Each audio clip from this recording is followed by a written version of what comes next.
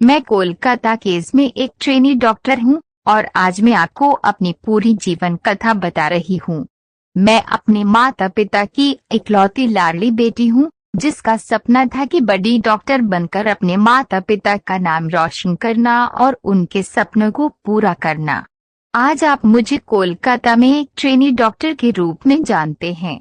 कुछ लोग मुझे मयूरी कहते हैं तो कुछ निर्भया या दामिनी। आज देश भर में मेरा नाम हर घर में लिया जा रहा है, लेकिन मेरा असली नाम डॉक्टर मौमिता है। आप सभी ने मुझ पर जो प्यार और मेरे परिवार को बहुत अच्छा महसूस हो रहा है और इसलिए मैं आप तक पहुंचने की कोशिश कर रही हूं। मैं पश्चिम बंगाल में रहने वाली एक लड़की हूं। मेरा जन्म 1993 में हुआ था। घर में इकलौती होने के कारण मैं अपने माता पिता की बहुत लाडली थी। बचपन से ही मैंने अपने माता पिता को मेहनत करते हुए देखा। मुझे याद है एक बार जब मैंने डॉक्टर बनने की इच्छा अपने माता पिता से जाहिर की, तो हम एक मध्यम वर्गीय परिवार से होने के बावजूद मेरे पिता को मेरी ये इच्छा सुनकर बहुत खुशी हुई। उन्होंने मुझसे कहा, तू पढ़ लिख कर बड़ी डॉक्टर बन। मैं हूं ना कहते हुए उन्होंने मेरे सिर पर प्यार से हाथ फेरा। तब से मेरे माता पिता ने अपनी मेहनत की कमाई से मेरे शिक्षा के लिए पैसे बचाए। लोग अक्सर मेरे पिता से कहते थे कि गरीब होने के कारण वे अपनी बेटी को डॉक्टर नहीं बना पाएंगे। ये बातें मुझे बहुत चुभती थीं, लेकिन मैंने पूरी मेहनत से पढ़ाई जारी रखी और सभी को गलत साबित कर दिया। आखिरकार मैंने अपनी मेहनत से सरकारी कॉलेज में प्रवेश प्राप्त किया। मैंने दिन रात नीट परीक्षा की तैयारी की, क्योंकि मुझे सरकारी कॉलेज में दाखिला लेना था ताकि मेरी शिक्षा का खर्च कम हो सके। मैं बड़ी डॉक्टर बनकर अपने माता पिता को वे सारी सुविधाएं देना चाहती थी जो अमीर लोगों के घरों में होती हैं। मैं उनकी सेवा करना चाहती थी और उनका नाम रोशन करना चाहती थी, और मेरी वह इच्छा पूरी हुई। नीट परीक्षा में मुझे बहुत अच्छे अंक मिले और उसी के आधार पर मुझे कोलकाता के आरजीकर मेडिकल कॉलेज में एमबीबीएस में प्रवेश मिला। मेरी सारी मेहनत सफल हो गई और मेरे माता पिता बहुत खुश हुए। धीरे धीरे मैंने अपनी पढ़ाई पूरी की, लेकिन मुझे और बड़ा डॉक्टर बनना था। लोगों की बेहतर सेवा करनी थी, इसलिए मैंने पीएचडी करने का निर्णय लिया और उसी कॉलेज में पीएचडी की पढ़ाई शुरू की। मेडिसिन के क्षेत्र में मैंने गहन अध्ययन किया और अपना पहला साल पूरा किया। मेरे माता पिता और मैं बहुत खुश थे, क्योंकि अब मेरी पीएचडी पूरी होने के बाद मैं एक प्रतिष्ठित डॉक्टर बनने जा रही थी। मैं लोगों की सेवा करने वाली थी और पिताजी ने मेरे शिक्षा के लिए जो कर्ज लिया था उससे भी मैं अब चुकाने वाली थी। मैं अपने माता पिता को एक सुखद जीवन देना चाहती थी। हमने किन कठिन परिस्थितियों में जीवन व्यतीत किया था, इसे मैं कभी नहीं भूली। मुझे याद है कि मेरे माता पिता खुद भूखे रहते थे, लेकिन मेरे लिए कुछ बनाकर रखते थे ताकि मैं भूखी न सोऊं। मैंने भी उन्हें देखकर पैसे बचाने का तरीका सीखा। कई चीजें मुझे पसंद थीं, लेकिन मैंने उन्हें कभी नहीं मांगा। इसलिए मेरे माता पिता हमेशा कहते थे कि मैं बहुत समझदार हो गई हूँ और वे मुझे अपने बेटे की तरह मानते थे। अब पढ़ाई के साथ साथ मैंने आरजीकर अस्पताल में ट्रेनी डॉक्टर के रूप में नौकरी भी शुरू कर दी थी। 2024 का साल शुरू हो गया था। मुझे गणपति और दुर्गा पूजा बहुत पसंद थी। अब तो मैं डॉक्टर भी बन गई थी, इसलिए मैंने अपने माता पिता से कहा, इस साल हम गणपति और दुर्गा पूजा धूमधाम से मनाएंगे। अब हमारे पास पैसे भी हैं। आपकी बेटी एक प्रतिष्ठित डॉक्टर बनने वाली है। मेरी ये बातें सुनकर मेरे माता पिता बहुत खुश हुए। उन्होंने कहा, इस साल हम जरूर दुर्गा पूजा मनाएंगे। अब तो मेरे माता पिता मेरी शादी के बारे में भी सोचने लगे थे। तब मैंने पिताजी से साफ साफ कहा, मेरी शादी की चिंता आप मत करो। शादी के लिए इतने सारे पैसे कहाँ से लाएंगे पिताजी, इसलिए इसे आप मुझ पर छोड़ दो। अब मैं बड़ी डॉक्टर बनने वाली हूँ, मेरी चिंता मत करो। हमारे अच्छे दिन आने वाले हैं और फिर जब मुझे सही जीवन साथी मिलेगा तब मैं शादी करूंगी। मेरे माता पिता की आंखों में हमेशा खुशी के आंसू आ जाते थे जब भी मैं ऐसा बोलती थी। उन्हें खुश देखकर मेरा मन भी आनंद से भर जाता था। मैंने बचपन से अपनी माँ को हमेशा पैसे बचाते हुए देखा था, लेकिन मेरे लिए वह कभी भी खर्च करने से पीछे नहीं हटती थी। मेरी पसंद नापसंद उन्हें बखूबी पता होती थी। मुझे बड़ा करने के लिए उन्होंने बहुत त्याग किए थे, अपनी इच्छाओं को दबा दिया था। इसलिए अब मेरी बारी थी उनके लिए कुछ करने की। इसीलिए मैंने अपने पहले वेतन से माँ के लिए सोने की चूड़ियां बनवाईं। वे चूड़ियां देखकर माँ बहुत खुश हुई और उन्होंने खुशी से मुझे गले लगा लिया। सब कुछ ठीक चल रहा था। पिछले 6 महीनों से मुझे नाइट शिफ्ट्स भी मिलने लगी थीं। कभी हफ्ते में एक बार नाइट ड्यूटी होती थी, तो कभी कभी हफ्ते में 24 से 36 घंटे भी काम करना पड़ता था। इसका कारण मैं आपको आगे कहानी में बताऊंगी। 2024 का अगस्त महीना मेरे लिए इतना घातक साबित होगा, ये मैंने सपने में भी नहीं सोचा था। मेरे पिताजी सिलाई का काम करते हैं। वे 63 साल के हैं, लेकिन उन्होंने अब तक काम न छोड़ा। एक बार वे बीपी की दवाइयां नहीं भूलते। हमेशा मुझे उन्हें समय पर दवाइयां लेने के लिए कहना पड़ता है। हंसते हुए वे कहते हैं, हाँ बेटी, लेता हूँ। माँ भी हमेशा कहती थी, तू हमारी बेटी नहीं बेटा है। मैं वैसे भी बहुत प्यारी थी, मेरे नाम में ही प्यार छिपा था। जब मैं कॉलेज जाती या ड्यूटी पर होती तो अक्सर कानों में कुछ गलत कामों के बारे में सुनने को मिलता। हमारे सीनियर डॉक्टर भी इस पर कभी कभी फुसफुसाते थे, लेकिन मैंने खुद को इन सब चीजों से हमेशा दूर रखा। हाँ, लेकिन जब किसी छात्र के साथ अन्याय होता या किसी मरीज से अधिक पैसे वसूले जाते तो मुझे ये बहुत बुरा लगता और मैं आवाज उठाती थी। इस पर हमारे प्राचार्य संदीप घोष हमेशा मुझ पर चिल्लाते थे। प्राचार्य होने के कारण हम सभी उनसे डरते थे, लेकिन मैंने भी उनके बारे में बहुत कुछ सुना था कि वे अस्पताल में क्या क्या करते हैं। लेकिन मैंने कभी भी आवाज उठाने की कोशिश नहीं की, क्योंकि मैं इन बड़े लोगों के चक्कर में नहीं पड़ना चाहती थी। लेकिन जब अस्पताल में दवाइयों की कालाबाजारी होने की बात सामने आई तो मैं शांत नहीं रह सकी। मैंने बोलना शुरू किया, लेकिन मेरी आवाज को कहीं दबाने की कोशिश की जा रही थी। मुझसे अतिरिक्त काम करवाया जा रहा था। मेरे काम के घंटे भी बढ़ा दिए गए, लेकिन फिर भी मैंने अपना काम ईमानदारी से किया।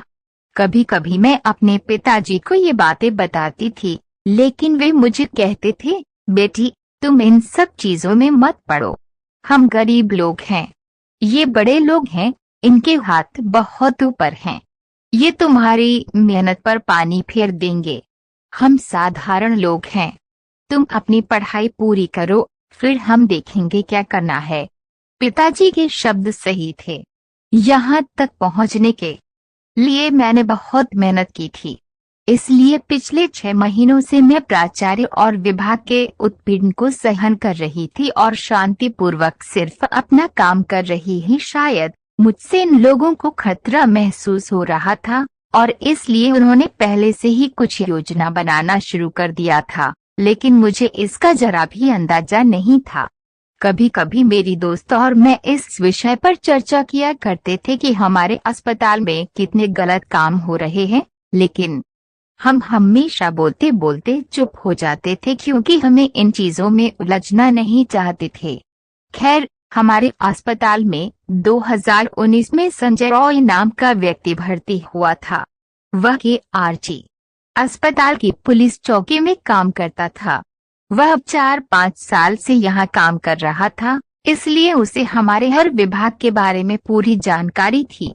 कई मरीजों को वह बेड दिलवाता था और इसके लिए उसे पैसे भी मिलते थे। लेकिन इस संजय रॉय की नजर बहुत खराब थी। वह अस्पताल में आने वाली हर महिला को गलत नजरों से देखता था। उसके बारे में भी हमें चर्चा होती थी, लेकिन वह हमारे प्राचार्य का बहुत खास था और उनके लिए हमेशा काम करता था। इसलिए हमने कभी उसकी शिकायत करने का विचार नहीं किया क्योंकि बेवजह विवाद नहीं चाहा। लेकिन हाँ, संजय रॉय की नज़र बहुत खतरनाक थी। किसी भी लड़की के सामने होने पर उसकी नज़र उसे खा जाती थी, इसलिए मैं ऐसे आदमी से दूर ही रहती थी। उस दिन भी जब मैं घर से काम पर जाने के लिए निकली, मुझे जरा भी एहसास नहीं था कि यह मेरा आखिरी दिन होगा जब मैं अपने घर से जा रही हूँ और अब मैं अपने माता पिता और अपने छोटे से घर को फिर कभी नहीं देख पाऊंगी। शायद इसीलिए मैंने अपनी माँ से कहा, पिताजी को समय पर दवाई देना, और रोज की तरह कहने वाली मैं उस दिन जाती हूँ कहकर घर से बाहर निकली। 8 अगस्त को मैं पूरे दिन काम कर रही थी, अपने मरीजों की देखभाल कर रही थी। हमारे सेमिनार हॉल के पास एक कमरे का निर्माण चल रहा था, इसलिए ऊपर आने जाने का ज्यादा मूवमेंट नहीं था। हम सब वार्ड में इकट्ठा थे। 4-5 अन्य प्रशिक्षु डॉक्टर मेरे साथ थे। हम कुछ चीजों पर चर्चा कर रहे थे। उस समय संजय रॉय भी वहीं था और वह मुझे घूर रहा था, लेकिन मैंने उसे नजरअंदाज कर दिया। कुछ समय बाद वे वहां से चला गया और हम सब ने खाना खाया। फिर सभी अपने अपने काम पर लग गए। मैं थोड़ी फ्री थी, इसलिए मैंने रात को माँ को फोन किया। जब तक मैं माँ को फोन नहीं करती, तब तक वे और पिताजी खाना नहीं खाते थे। उन्हें बताना पड़ता था कि मैंने खाना खा लिया है, तभी वे खाना खाते थे। उस दिन भी मुझे जरा भी अंदाजा नहीं था ये मेरी माँ से आखिरी बातचीत होगी। माँ ने फोन उठाते ही मैंने पूछा, पिताजी समय पर दवाइयाँ ले रहे हैं ना? इसका ध्यान रखना। मेरी चिंता मत करो, मैंने खाना खा लिया है। मेरे पिताजी को बीपी की समस्या थी, इसलिए समय पर दवाइयाँ लेना उनके लिए बेहद जरूरी था। उनकी दवाइयाँ कभी नहीं छूटनी चाहिए, इसका पूरा ध्यान में रखती थी। मुझे याद है एक बार पिताजी की दवाइयाँ रात में खत्म हो गई थी। पिताजी ने सोचा कि एक दिन दवा न लेने से क्या फर्क पड़ेगा, सुबह जाकर दवा ले आऊंगा। लेकिन मैंने घड़ी में देखा, रात के 11 बजे थे। मैंने वहीं सबका खाना रोक दिया और कहा, पिताजी की दवा आने तक कोई खाना नहीं खाएगा। और इतनी रात में भी मैंने उनके लिए दवा का इंतजाम किया। लेकिन अब अस्पताल में ज्यादा काम होने के कारण मुझे घर पर ध्यान देने का समय नहीं मिल रहा था, इसलिए माँ को ही जबरदस्ती सब कुछ बताना पड़ता था। उन्हें याद दिलाना पड़ता था कि पिताजी की देखभाल करें। उस दिन भी सब कुछ बिना भूले बताया और माँ से बात करके मैंने पूरे फ्लोर पर जाकर मरीजों का चेकअप किया। इसके बाद मैं आराम करने और अपने अगले अध्ययन के लिए तीसरी मंजिल पर सेमिनार रूम पहुंची, लेकिन मुझे नहीं पता था कि वहां जाना मना है। मुझे तो अब पता चला कि बगल में बिल्डिंग का काम चालू होने के कारण ऊपर किसी को 2 से 3 बजे तक मैंने अपनी पढ़ाई की। मैंने सोचा अब थोड़ा सो लेना चाहिए। 36 घंटे ड्यूटी के कारण बहुत थकान महसूस हो रही थी। मरीजों की सेवा में लगे रहने के कारण खुद पर ध्यान देने का समय नहीं मिल रहा था। दूसरों को जीवनदान देने वाली मैं अपने जीवन की देखभाल के लिए समय नहीं निकाल पा रही थी, इसलिए किताबें और डायरी बंद करके सेमिनार हॉल में ही शांत होकर सो गई। इतनी गहरी नींद में थी कि सेमिनार हॉल में कौन आ रहा है, जा रहा है, इसका भी मुझे कोई ध्यान नहीं था। फिर क्या, सुबह के समय संजय रॉय शराब पीकर सेमिनार हॉल में आया। सेमिनार हॉल में कोई आया, इसका भी मुझे पता नहीं चला क्योंकि मैं गहरी नींद में थी। उसके आते ही उसकी नजर मुझ पर पड़ी और उसके अंदर का राक्षस जाग गया। वह मेरे पास आया और उसने मेरे शरीर को छुआ। नींद में होने के कारण मुझे ज्यादा समझ में नहीं आया, लेकिन जब शरीर पर हाथ फेरने लगा तब मैं जाग गई। सामने संजय रॉय जैसा दुष्ट व्यक्ति देखकर मैं बहुत डर गई। नींद में होने के कारण खुद को संभालने में मुझे समय लगा। मैंने खुद को बचाने की बहुत कोशिश की, लेकिन उसने बहुत ज्यादा शराब पी हुई थी। उसके मुंह की बदबू से मुझे ये समझ में आ गया था वो मेरी कोई बात सुनने की हालत में नहीं था। मैं उससे मिन्नतें कर रही थी, मुझे छोड़ दो कह रही थी, लेकिन उसे मुझ पर जरा भी तरस नहीं आ रहा था। आखिरकार मैंने जोर जोर से चिल्लाना शुरू कर दिया। तब वो थोड़ा डर गया और जल्दबाजी में उसने मेरे मुंह पर हाथ रख दिया ताकि मेरी आवाज न निकल सके। मैं उससे लड़ रही थी, मन ही मन प्रार्थना कर रही थी कि कोई मेरी आवाज सुन ले, लेकिन उस रात मेरी आवाज किसी ने नहीं सुनी, क्योंकि उस रात ऊपर वाले फ्लोर पर किसी को आने की इजाजत ही नहीं थी, जैसा कि अब पता चला है। इसका मतलब है कि मेरे खिलाफ सारा षड्यंत्र पहले से ही रचा गया था। मैं उस दरिंदे को अपने से दूर धकेलने की कोशिश कर रही थी, लेकिन पता नहीं उसमें इतनी ताकत कहाँ से आई थी। जितना भी मैं कोशिश कर रही थी, वो मुझसे दूर नहीं हो रहा था। मैं खुद को उससे बचा नहीं पाई। लड़ते लड़ते मैं हार गई और फिर उसने पक्का किया। अब मैं पूरी तरह से ठंडी पड़ गई थी। कौन कौन मेरा शोषण कर रहा था, ये समझ ही नहीं आया। मेरे दर्द से चीखें निकल रही थीं। मैं इतनी जोर से चीख रही थी कि मेरी चीखें पूरे हॉस्पिटल में गूंज रही थीं, लेकिन न जाने क्यों मेरी आवाज किसी को सुनाई नहीं दी। चिल्लाते चिल्लाते मेरा शरीर बिल्कुल ठंडा पड़ गया और फिर मेरे स्त्री सम्मान और मेरे सपनों की हत्या कर दी गई, वो भी बहुत ही निर्ममता से। लेकिन आखिरकार मेरी जान चली गई, लेकिन मेरे शरीर पर शोषण की निशानियां रह गईं। मेरा चश्मा टूट गया, उसकी किरचें मेरे खून से सने हुए आंखों में घुस गई थीं। मेरे फटे हुए होंठ, मेरी आवाज दबाने के लिए उसने मेरा गला दबाया था। खुद को बचाने की कोशिश में मेरे खून से सने हुए नाखून, मेरे शरीर पर किए गए अनगिनत वार, जांग की हड्डी टूटने तक फैली हुई मेरी टांगे और घायल हुए मेरे जन्नांग। इतना सब कुछ सहने के बाद भी मैंने उन पुरुषों की क्रूरता का मुकाबला किया था, लेकिन काश उन पुरुषों में थोड़ी सी भी संवेदनशीलता होती तो मेरी आखिरी सांस तक मैं जिंदा रह पाती। मेरे शरीर पर वार करते समय उन्होंने सोचा होता, मुझे मारते समय उन्हें खुद को भी दर्द महसूस हुआ होता, लेकिन वो दरिंदे की तरह आकर मुझे बर्बाद कर गए। दोस्तों, उस दिन मेरे अंदर के स्त्रीत्व का बलात्कार हुआ और आखिरकार इस ट्रेनी डॉक्टर मौमिता ने दुनिया से अलविदा कह दिया।